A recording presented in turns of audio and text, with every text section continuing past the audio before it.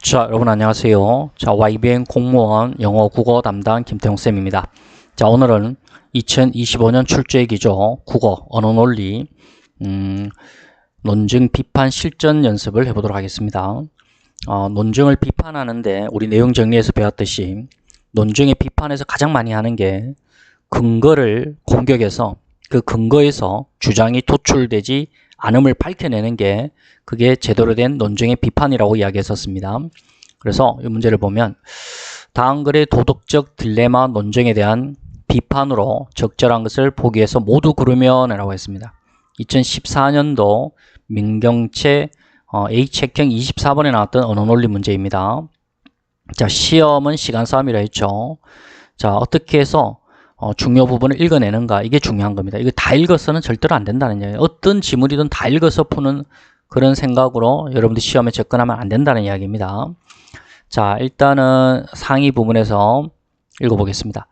1890년대에 이르러 어린이를 의료 실험 대상에서 배제시켜야 한다는 주장이 대두되었다. 그 주장의 핵심적인 근거는 어린이가 의료 실험과 관련하여 제한적 동의 능력을 가지고 있다는 것이다. 지금 어떤 이야기입니까? 그러면 어린이를 의료 실험 대상에서 배제시켜야 한다는 그런 이야기인데, 그러면 하단 쪽에 보니까, 하단에 보니까 여기 따라서라는 게 나옵니다. 요 마지막 쪽을 한번 읽어보겠습니다. 어린이를 실험 대상에서 배제시키는 것은 도덕적으로 올바르지 않다. 반면 어린이를 실험 대상에서 배제시키지 않으면 제한적인 동의 능력만을 가진 존재를 실험 대상에 포함시키게 된다. 제한된 동의 능력만을 가진 이를 실험 대상에 포함시키는 것은 역시 실험 대상에 어린이를 포함시키는 것은 도덕적으로 올바르지 않다. 결국 어떠한 선택을 하든 도덕적인 잘못을 저지를 수 없다는 이야기죠. 선생님이 지금 이 부분적인 읽었는 것을 여러분들이 항상 우리가 연역 논증, 기납 논증을 우리가 공부를 했었습니다.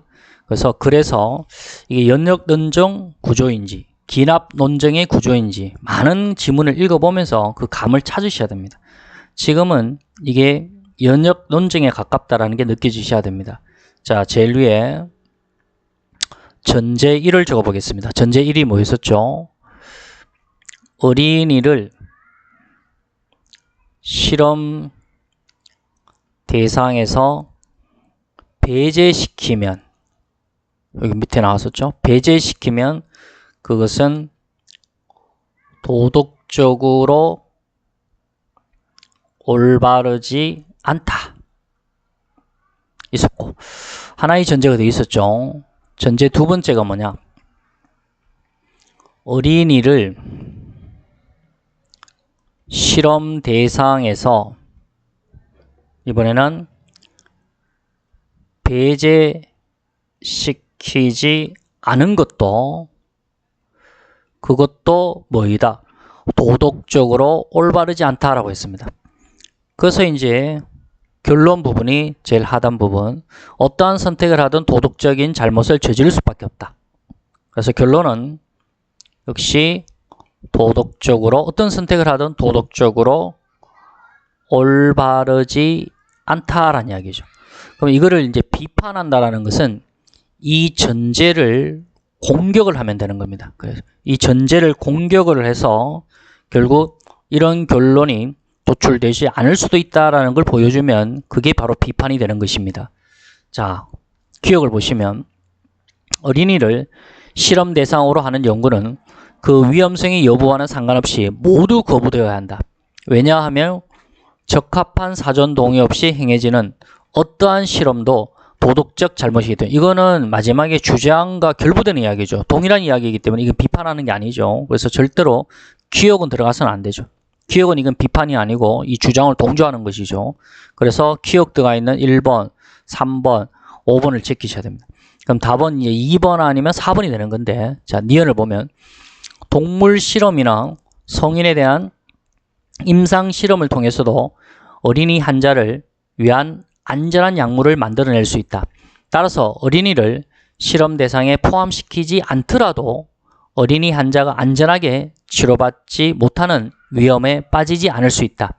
이 지금 니은 부분은 바로 어린이를 시험 대상에서 배제하더라도 도덕적으로 올바를 수 있다라는 이야기죠. 그래서 이 니은은 바로 전제 1을 갖다가 공격을 해서 바로 비판을 제대로 한 것이죠. 그 다음에 디귿을 보면 부모나 법정 대리인을 통해 어린이 동의 능력을 적합하게 보완할 수 있다. 어린이 동의 능력이 부모나 법정 대리인에 적합하게 포함된다면 어린이를 실험 대상에 포함시켜도 도덕적 잘못이 아닐 수 있다. 따라서 이런 경우의 어린이를 실험 대상에 포함시켜도 도덕적 잘못이 아닐 수 있다.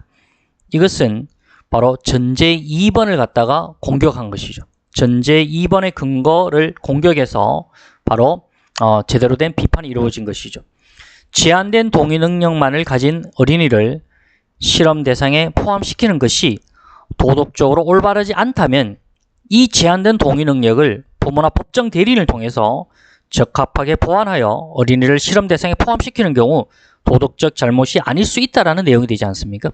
그래서 요거는 전제 2번을 공격해서 바로 도덕적 잘못이 아닐 수 있다라는 거를 바로 비판한 것이 되겠습니다. 그래서 정답은 니은하고 디귿이 바로 위에 있는 도덕적 딜레마 논쟁에 대한 제대로 된 비판이라고 볼 수 있는 것이죠. 그래서 답은 4번이 답이 되는 것입니다.